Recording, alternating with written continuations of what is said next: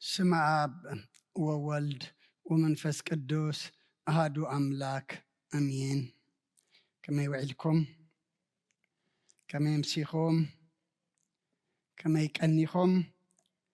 እግዚአብሔር አምላኽና ዝተመስገነ ይኹን።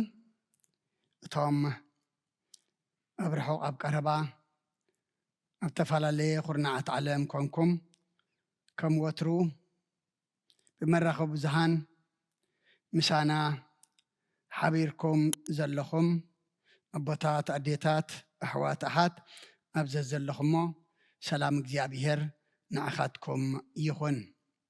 ጸለናዮ ጸሎት፣ ተማህለልናዮ ምህልላ፣ ዝዓጠናዮ ዕጣን ኣብ ቅድሚ እግዚኣብሔር ኣምላኽና ቀሪቡ ቅቡል ሕሩይ ስሙር ክገብረልና ሰሚዑ ተቐቢሉ ኣብ ቅድሚ ኣምላኽና ስሙር ቅቡል ኮይኑ ድማ መዓዝ ዘቑርር ምሕረት ዘውርድ ኩሉ ኩነታትና ዝልውጥ ክኸውን ናይ እግዚኣብሔር ኣምላኽና ቅዱስ ፍቓዱ ይኹነልና። ኩሎም ደቀና ምሳና ሓጊዮም ሕጂ ግን ኩሎም ድማ ናብ ርሑቕ ናብ ቀረባ ኣወዳቶም ኣዋልዶም ንትምህርቲ ስለ ተጀመረ ከይዶም ኣለዉ እሞ እግዚኣብሔር ድማ ምስኦም ይኹን። ካብ ኩሉ ዕንቅፋት ካብ ኩሉ ፈተነ ሓልዩ መደቦም ጉዳዮም ብዓወት ዛዚሞም ኣብቲ ዝምለስሉ ግዜ ድማ ብድሓን ክምለሱና ንሕና ድማ ብድሓን ክንፀንሖም ኩሉ ግዜ ድማ ብጸሎት ናብ ኣምላኽ ከነማዕቕቦም ሓላፍነት ኣለና እሞ እግዚኣብሔር ድማ ምስኣቶም ይኹን። ኣቐድማ ኣቢልና ወንጌል ዮሃንስ ምዕራፍ 13 ካብ ቁፅሪ 31 ክሳብ ፍጻሜ አንቢብና ነርና። ደጊመ ከንብቦ እየ። ንሱ ምስ ወፀ ሽዑ ኢየሱስ በለ፣ ሕጂ ወዲ ሰብ ከበረ፣ ኣምላኽ እውን ኣብኡ ከበረ። ኣምላኽ ኣብኡ ካብ ከበረ ኣምላኽ ከዓ ኣብ ርእሱ ከኽብሮ እዩ፣ ቀልጢፉ እውን ከኽብሮ እዩ። ደቀ ጌና ቁሩብ ግዜ ምሳኻትኩም እየ ክደልዩኒ ኢኹም፣ ከምቲ ንኣይሁድ ናብቲ ኣነ ዝኸዶ ንስኻትኩም ክትመፁ ኣይከኣለኩምን እዩ ዝበልክዎም ንስኻትኩምን ሕጂ እብለኩም ኣለኹ። ንሓደ ሕድኩም ክትፋቐሩ ከምቲ ኣነ ዘፍቀርክኹም ከምኡ ገርኩም ከዓ ንሓደ ሕድኩም ክትፋቐሩ ሓድሽ ትእዛዝ እህበኩም ኣለኹ። ንሓደ ሕድኩም ፍቕሪ እንተላትኩም በዚ ድማ ደቀ መዛሙርተይ ምዃንኩም ኩሉ ክፈልጥ እዩ። ስምዖን ጴጥሮስ ከዓ ጎይታይ ናበይ ክትከይድ ኢኻ በሎ። ኢየሱስ ድማ ናብቲ ኣነ ዝኸዶ ንስኻ ሕጂ ክስዕበኒ ኣይከኣለካን እዩ፣ ድሓር ግና ክስዕበኒ ኢኻ ኢሉ መለሰሉ። ጴጥሮስ ከዓ ጎይታይ ሕጂኸ ክስዕበካ ዘይከኣለኒ እንታይ ኮይነ እየ? ህይወተይ እኳ በጃኻ ክሕልፋ እየ በሎ። ኢየሱስ ከዓ ንህይወትካ ዶ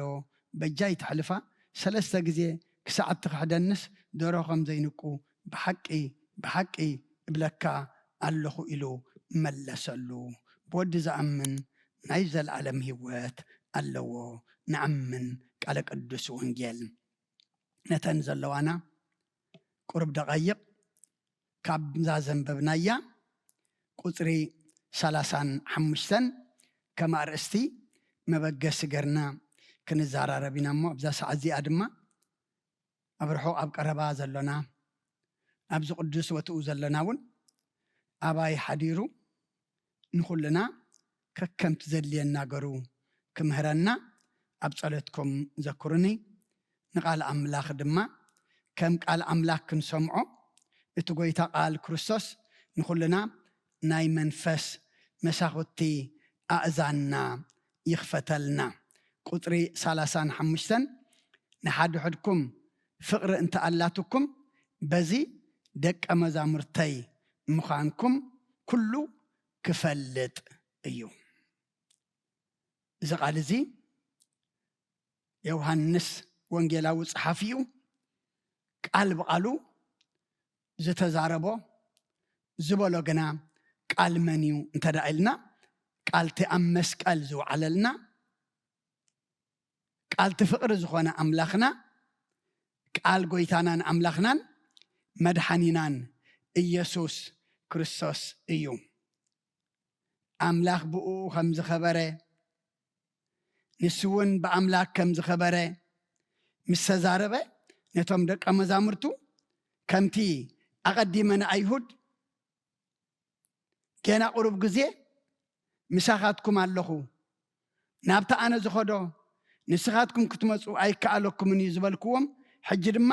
ንዓኻትኩም ከምኡ እብለኩም ኣለኹ ግንከ ዋላ ሕጂ ናብታ ኣነ ዘለኽዎ ክትመፁ እንተዘይከኣልኩም ግና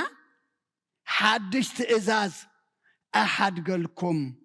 ኣለኹ ንሓድሕድኩም ክትፋቐሩ ከምታ ኣነ ዘፍቀርኩኹም ከምኡ ጌርኩም ከዓ ንሓድሕድኩም ክትፋቐሩ እዚ ሓድሽ ትእዛዝ እህበኩም ኣለኹ እዚ ትእዛዝ እዩ ተደልየ ፍቅሪ ገብር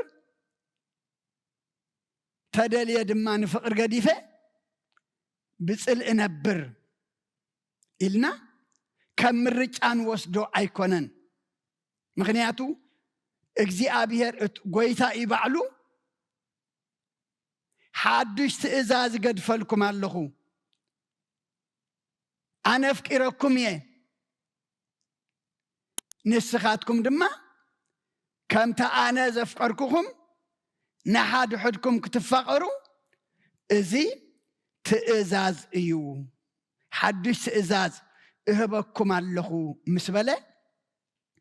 ደቀ መዛሙርተይ ምዃንኩም ናተይ ምዃንኩም ሰዓብተይ ምዃንኩም ተኸተልተይ ምዃንኩም ኩሉ ክፈልጥ ድማ መፈለጥታኹም ምልክትኩም እንታይ ኢሉ ፍቅሪ ኣነ እናሓድሓድኩም ኢሉ ምክንያቱ ኣምላኽና ኣብ ፅልኢ የለን ኣብ ቅም የለን ኣብ ምፍልላይ የለን ኣብ አንቺ መንቺ የለን ኣምላኽና ኣብ ፍቅሪ እዩ ዘሎ ለሙ መቸም ንፍቅሪ ኣብ ሰማይ ሰቂልናያ ካብቲ ሰቀልናያ ድማ ምውራዳ ድሰኣና ወይ ድማ ኩዒትና ቀቢርናያ ካብቲ ኩዒትና ዝቀበርናያ ድማ ኩዒትና ምውፃእ ሲኢና ዘለና ኢና ኣምላኽ ይቅረ ይበለልና ናቱ ኢና ክንብል ተኾይና ካልኦት እውን ናቱ ምዃንና ደቀ መዛሙርቱ ምዃንና ሰዓብቲ ምዃንና ውሉዱ ምዃንና ክፈልጡና እንተደኣ ኮይኖም ኣምነን ሓደ ሓድና እንታይ ክህልዎ ፍቅሪ ክህሉ ኣለዎ ምክንያቱ ምስ ሰብ ፍቅሪ እንተሊና ፍቅሪ ኣምላኽ ድማ ኣሎና ማለት እዩ ሐዋርያ ዮሐንስ ኣብ ቀዳማይ መልእኽቱ ምዕራፍ 4 ቁፅሪ 21 እንታይ ኢሉ ነቲ ዝረአየ ሓዉ ዘየፍቆሮሲ ነቲ ዘይረአየ ኣምላኽ ከፍቅሮ ኣይከኣሎን እዩ እሞ ንሓዉ እናፀለሲ ንኣምላኽ ከፍቅሮ እየ ዝብል እንተሎ ንስ ሓሳቡ እዩ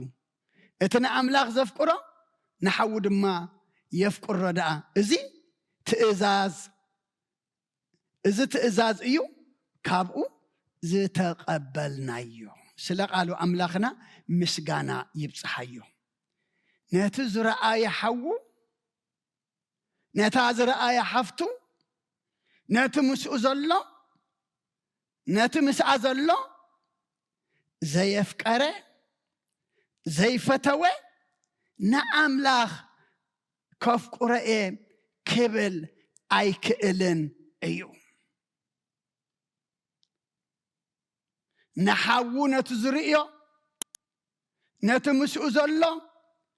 ነቲ ብዓይኒ ስጋ ዝርእዮ ነቲ ኣብ ከባቢኡ ዘሎ ዘየፍቀሮሲ ነቲ ዘይረአየ ኣምላኽ ከፍቅሮ ኣይከኣሎን እዩ ንሓዉ እናጸልአ ንሓፍቱ እናጸልአ ብባእሲ እናነበረ ንኣምላኽ የፍቅሮ እየ ዝብል እንተሎ ንሱ እንታይ ኢልዎ ሓሳዊ ኢልዎ ሓሶት ድማ ናይ መን እያ ናይ ዲያብሎስ እያ ኣቡሃ ለሓሶት ንሓሶት ኣባኣ ምክንያቱ ነቲ ምሳና ዘሎ ሓውና ሓፍትና ነቲ ከባቢና ዘሎ ዘየፍቀርና ዘይፈተና ነቲ ዘይረአናዮ ኣምላኽ ኣፍቅሮ እየ ክንብል ከለና ሓሰውቲ ኢኹም እዩ ዝብለና ዘሎ እቲ ካብኡ ዝተቐበልናዮ እንታይ ኢሉ እቲ ንኣምላኽ ዘፍቅር እየ ዝብል ሲ ንሓዉ ደኣ የፍቅር እዚ ትእዛዚና ካብኡ ዝተቐበልናዮ ካብ ኣምላኽ ጽልኢ ተቐበልናን ሓውኻ ሓፍትኻ ኣቦኻ ኣዴኻ ከማኻ ብኣርአያ ስላሴ ተፈጥረ ሰብ ክንጸልእ ካብ ኣምላኽ ጽልኢ ኣይተቐበልናን ካብ ኣምላኽ ፍቕሪ ኢና ተቐቢልና ኣብዛ ምዕራፍ 4 እውን ቁጥሪ 8 እንታይ ዝብል ኣምላኽ ፍቕሪ እዩ እቲ ዘየፍቅር ድማ እንታይ ንኣምላኽ ኣይፈልጦን እዩ ኢሉ ንኣምላኽ ምስ ኣምላኽ መፋለጢና ንኣምላኽ ይፈልጠየ መበሊና እንታይ ኣንተ ደኣልና ፍቕሪ ንሓደ ሕድና እያ ኣቦታት ኣዴታት ኣሕዋት ኣሓት ከም ምሕረትካ እምበር ከም በደልና ኣይትኺደና እናበልና ሎሚ ኣብ ክንዲ ፍቕሪ ጽልኢ ዝነገሰሉ ኣብ ክንዲ ምቅርራብ ምርሓቕ ምፍልላይ ድማ ዝበዝሓሉ ዘመን ኢና ዘሎና እሞ ኣምላኽና ንሓድሕድኩም ፍቕሪ እንተላትኩም በዚ ደቀ መዛሙርተይ ምዃንኩም ኩሉ ክፈልጥ እዩ ዝብለና ዘሎ እሞ ኣብ ክንዲ ጽልኢ ፍቕሪ ክንመርጽ ኣብ ክንዲ ተባእስቲ ተፋቐርቲ ክንከውን ኣብ ክንዲ ምፍልላይ ብፍቕሪ ድማ ናብ ሓድነት ክንመጽእ ንኣምላኽ ክንልምኖ ይግባአና ኣብ ዓዲ ስደት መጺና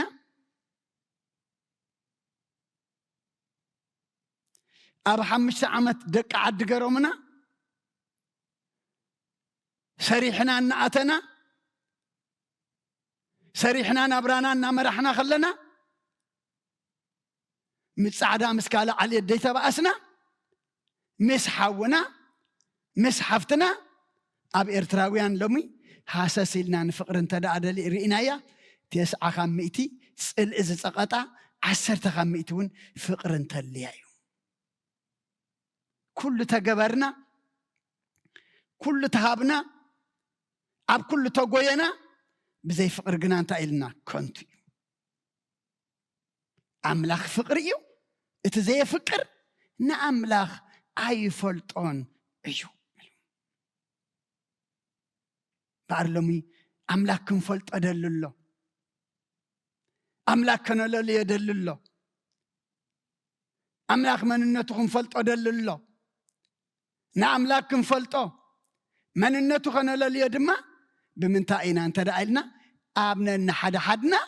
ፍቕሪ እንተልዩ ምክንያቱ ንሱ እንታይ እዩ ፍቕሪ ስለ ዝኾነ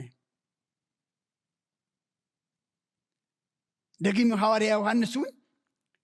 ኣብ ቀዳማይ መልእኽቱ ምዕራፍ 2 ቁፅሪ 5 እንታይ ዝብል እቲ ንቃሉ ዝሕሉ ግና ፍቕሪ ኣምላኽ ብሓቂ ኣብኡ ትፍጸም ኣብኡ ከም ዘለና በዚ ኢና እንፈልጥ ኢሉ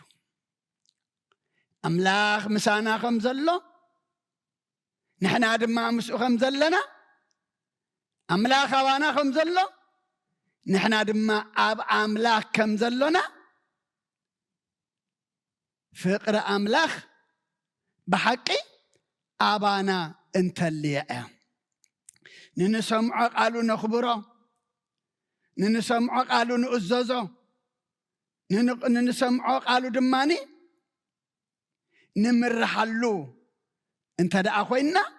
انت يالنا فقر املاخ ابانا تفصم الله مالتي مخنياتو اتنقالو زحلو غنا فقر املاخ بحقي ابو تفصميا ابو خمزلنا دما بزي انا نفلط املاخ بزتفالالي ነገር ابو مهلاونا مفلط خالق يبلنان مفلطانا فقريو نقالو نحلو خمزلنا بقالو ننبر كمزلنا نقالو نؤززو خمزلنا نقالو دما نفصمو كمزلنا نفلطو بمنتاينا انت دايلنا بفقري ايو مو እግዚአብሔር መንፈስ ቅዱስ ልኢኹ ነትናይ ጽልኢ መንፈስ ደምሲሱ ናይ ፍቅሪ መንፈስ ቅዱስ ይኽዓወልና ከዓው ክንብሎ ግባአና እሱኮ ይብዩ نحن اينا محازو ابينا السو كفسي سلناي نحن اينا معقار ابينا يو ابتا معرف كلته قدما يوحنس قصر 10 حدن وانت ايزبل اتنا حوز افقرو ابرهان يزنبر معنقفونا ابو يلبون اتنا حوز صلق غنا اب صلمات يزلو اب صلماتون يمالالس صلمات نعنتو سلازعورو دما نابي كم زخيد اي فلطن ايو نحوها مفكار نحفتها مفكار اجوي حاو حفتخ بهال كله اديخا زولدتلكا ابوها زولدلكا طرح يكونن نحنا بعين املاخ ادينا بيت كريستيان እግዚአብሔር ድማ አቦና አንተ አይና እህዋቲና አብርሃም አብክልተ ሰለስተ ሐውና ሐፍትና ኸይና ሐጽሮ ምክንያቱ ስለ ሁሉና ዝመተ ክርስቶስ ስለ ሁሉና ተሰቅለ መድኃኒ ዓለም ኩልና ድማ ናቱ ኢና ኩልና ድማ አህዋት ኢና እሞ እቱና ሐው ዘፍቅር አብርሃን እዩ ዝነብር معنقفوين ابو يلبون ابوتات اديتات احوات حات لما معنقف زبزحنا زلو لما نقبر طفانا زلو لما زصبنا زلو لما نچنق زلنا انتاي كوينا اين انت دايلنا فقر حواتات فينا نتبرهان زخونه فقرنا حد حد سلازي طفأ معنقف دما يبزحلو نحوها مفكارسي ابرهان منباري بلالو برهان كمنيو كريستوسيو نمسانا زلف كيرناسي مس سماوي املاخ مس برهان زخونه مسو دما ننبر اذا بزح معنقف زلوا املاخ مدرنا دما عالم دما نعنا معنقفي ايكت كوننانيا مغنيات ابراهان تعنقف ديخا ابراهان تودق ديخا ابراهان سنكلكل تبل ديخا اي تبلنيخا ترقص تفلط ديخا تدغفو تفلط ديخا تخودو تفلط ديخا اتون حوز صلق غنا اب صلماتيو زنبر اب صلماتي مالالس صلمات دما نعنتو سلازعورسي نابي كم زخيدون اي فلطن ايو لمي ابوتات اديتات احوات حات نابي كم نخيد طفانا اينا تاي كم نقبر زچنقنا اينا زلونا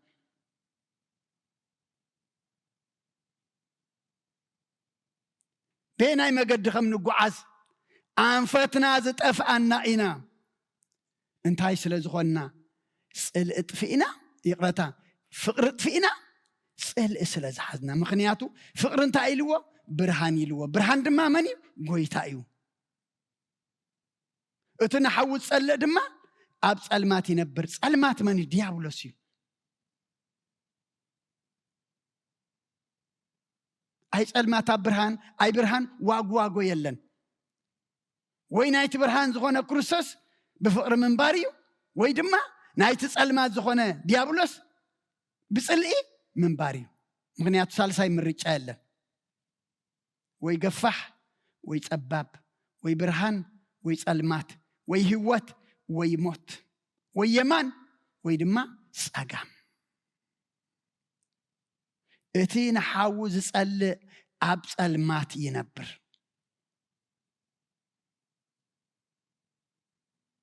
ዋላ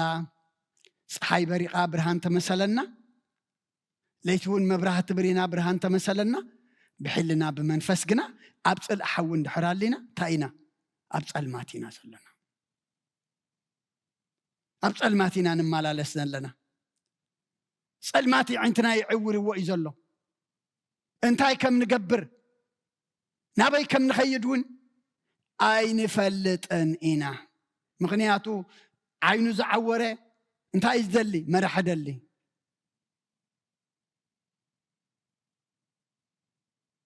ኣብ ጸልማት ሓንቲ ነገር ክትገብር ኣይትኽእልን ኢኻ እሞ ሎሚ ምርጫ እዩ እቲ ንሓዊ ዘፍቅር ኣብ ብርሃን ይነብር መዓንቀፍ እውን ኣብኡ የልቦን እቲ ንሓዊ ዝጸልእ ግና ኣብ ጸልማት ይነብር ጸልማት ንዒንቱ ስለ ዝዕወሮ ድማ ናብ ዝኸዶ ኣይፈልጥን እዩ ኣቦታት ኣዴታት ኣሕዋት ኣሓት ሎሚ ናብ ንኸዶ ክንፈልጥ ንገብሮ ክንፈልጥ እንተ ደኣ ኮይና ተኸንገብር ግባአና ፍቕሪ ክህልወና ግቦ እንታይ ይገሩ ኣቦና ኣብርሃም ኣብ ኦሪት ዘፍጥረት ምዕራፍ 13 ቁጥሪ 7 ቁጥሪ 8 ኣብ መንጎ ጓሶት ከብቲ ኣብራምን ጓሶት ከብቲ ሎጡን ከዓ እንታይ ኮነ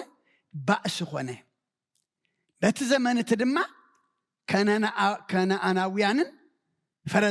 ፈረዛውያንን ኣብታ ምድሪ ይቕመጡ ነበሩ ኣብርሃም ከዓ ንሎጥ ንሕና ኣሕዋት ኢና እሞ በጃኻ ኣብ መንጎይን ኣብ መንጎኻን ኣብ መንጎ ጓሶተይን ጓሶትካንሲ ባእሲ ኣይኹን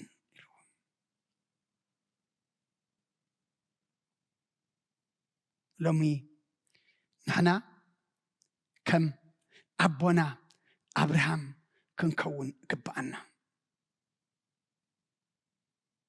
ኣብ መንጎ ጓሶትካን ጓሶተይንሲ ንሕና ኣሕዋት ኢና ባእሲ ኣይኹን ብፍቕሪ ንንበር ታመሬት ንኹላ ተኣኽለና እያ ንኹልና ተኣኽለና እያ እሞ ባእሲ ኣይኹን የሕዋት ኢና ንሕና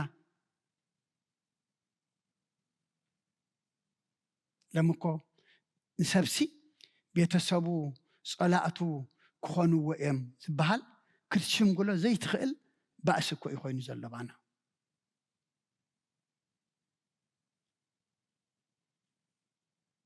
ኣብ መንጎ ብዓብዩ ከምቲ ዝበልናዮ ኣዴና ቤተክርስትያን ኣቦና እግዚኣብሔር ኣሕዋት እንዲና ብናይ ዓይኒ ስጋ ተሪኢና እውን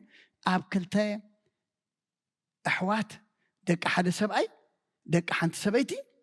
ብፍቕሪ ፍቕሪ ጥፊኦም ብጽልኢ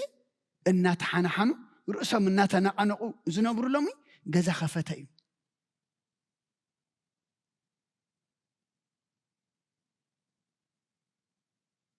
እግዚኣብሔር ብዓይኒ ምሕረቱ ጠምተና እምበር ገለ ድማ ንዕርቂ ተሓትት ግዜ ኣነ ምዝ ክዕረቕ ወይ ምዚኣ ክዕረቕ ኣብ ቀብሪ ኸማና የውዕለኒ ስለ ጸላእናዮም ቅድሜና ድማ ክኸዱ ተረኺቡ እሞ እሲና ዘለና ኣይ ብሓቂ ምሕረት ኣውርደልና ነደንግጥ ሰባት ኢና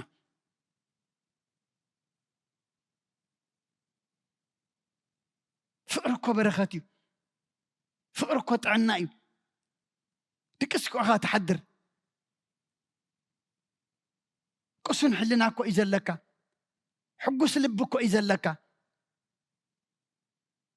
ኣብ ጽልእ ግን ኩሉ ክፉእ ኣሎ እሞ ኣምላኽና ሎሚ ንሓድሕድኩም ፍቅሪ እንተኣላትኩም በዚ ደቀ መዛሙርተይ ምዃንኩም ኩሉ ክፈልጥ እዩ እሞ ስም ኣምላኽና ነጽርፍ ከይንኸውን እንታይ ደኣ ስም ኣምላኽና ብጽቡቕ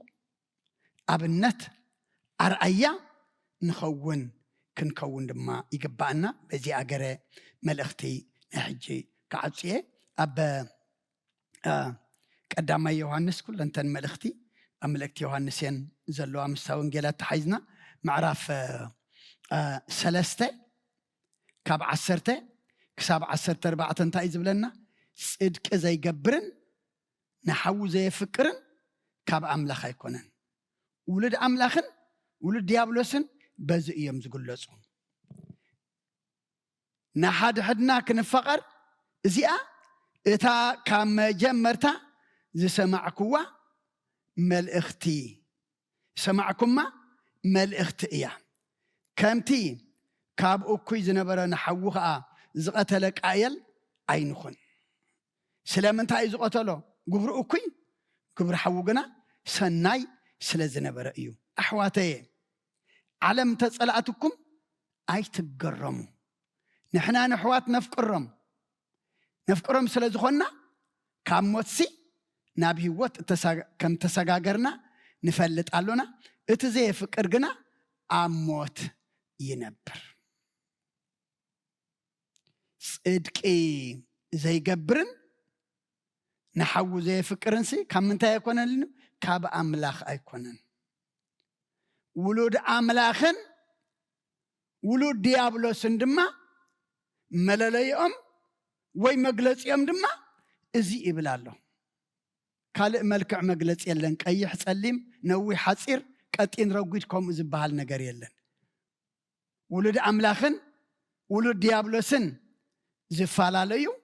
ጽድቂ ዘይገብርን ንሓዊ ዘይፍቅርንሲ ካብ ኣምላኽ ኣይኮነን እሞ ውሉድ ኣምላኽን ውሉድ ዲያብሎስን በዚኦም ዝፈላለዩ እታ ካብ መጀመርታ ዝተቐበልናያ ወይ ዝሰማዕናያ ትእዛዝ ድማ እንታይ እያ ንሓደ ሕድና ክንፋቐር እያ ከምቲ ቃየል ንሓዊ ኣቤል ዝቐተለ ከምኡ ኣይንኹን ኢሉ ኣነ ድሓወይ ቀይቲለ እየ ኸይንብል ምክንያቱ ንሓውኻ ምፅላእ እንታይ ኢልዎ ቅትለት ነብሲ ኢልዎ በትሪ ገሩ ወቂዑ እንዲስሙ ቀቢርዎ ኣነ ዶ ንሓወይ ቀቲለ ደማውፅየ እየ ኸይንብል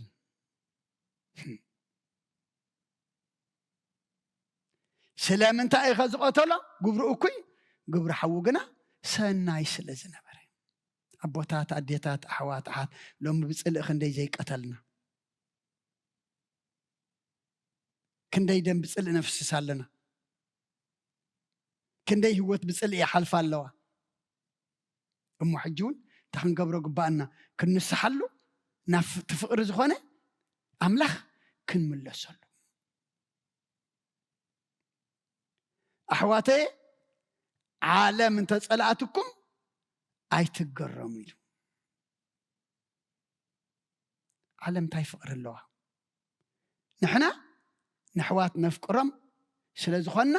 ካብ ሞሲ ናብ ህይወት ተሰጋገር ከም ተሰጋገርና ንፈልጥ ኢና እቲ ዘይፍቅር ግና ኣብ ሞት ይነብር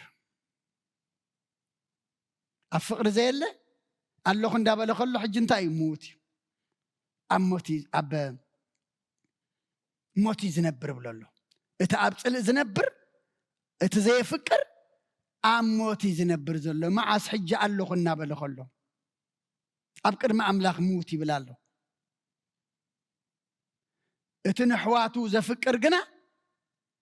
ካብ ሞት ናብ ምንታይ ተሳገረ ናብ ህይወት ተሳገረ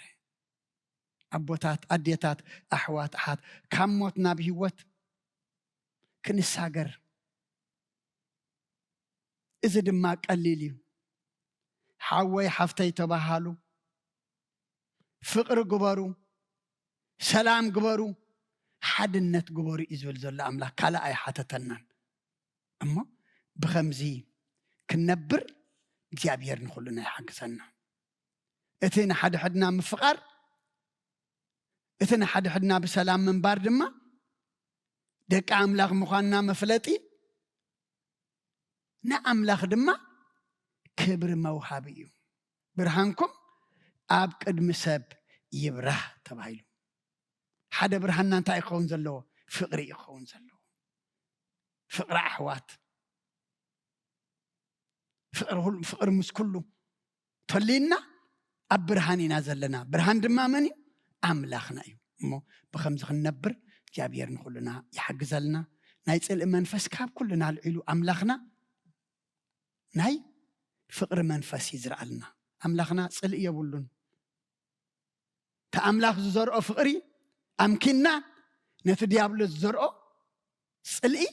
ንዑይና ነጠጥዖ ዘለና እሞ ኣምላኽ ንዕኡ እምኪኑ ፍቕሪ ከም ንፈርግ ይግበረና ስለ ኩሉ እግዚአብሔር ኣምላኽና ምስጋና ይብጽሓዮ ወድና ኣብየል ድማ እዞም ደቀና ኣሕፀር ኣቢሉ በቲ ዝርድኦም ቋንቋ ቁርብ መግለጺ እታትምት ሰማራይ ዝገብራ እሞ ኩልና ንዑ ድማ ተዛራቢ ልሳን ይሃብካ ኣምላኽ ምሳኻ ይኹን ራይ ስለ ኩሉ እግዚአብሔር ኣምላኽና ምስጋና ይብጽሓዮ